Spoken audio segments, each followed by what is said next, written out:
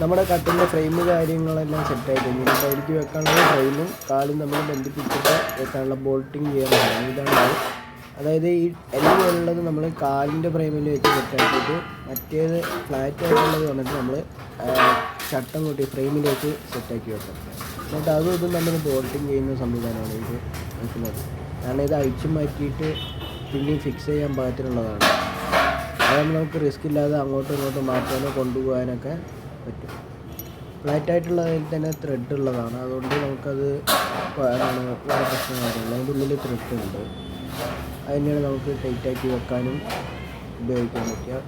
പിന്നെ ഇത് വന്നിട്ട് നെറ്റ് നമ്മൾ അതിലിടുമ്പോൾ പൈപ്പിൽ തട്ടും എന്നുള്ള പേടി വേണ്ട. കാരണം നമ്മൾ പൈപ്പ് ഓൾറെഡി ഹോൾ ചെയ്തിട്ടാണ് ആ ഭാഗത്താണ് ഈ ഫ്ലാറ്റ് പോലുള്ളത് വെൽഡിങ് അടിച്ച് വെക്കുന്നത്.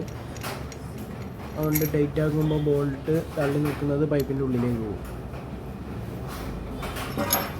അപ്പോൾ ഇതെല്ലാതുമാണ് നമുക്ക് അതിന് വേണ്ടിയിട്ട് വേണ്ട സാധനം. കനം കൂടുതലുള്ളതുകൊണ്ട് പിന്നെ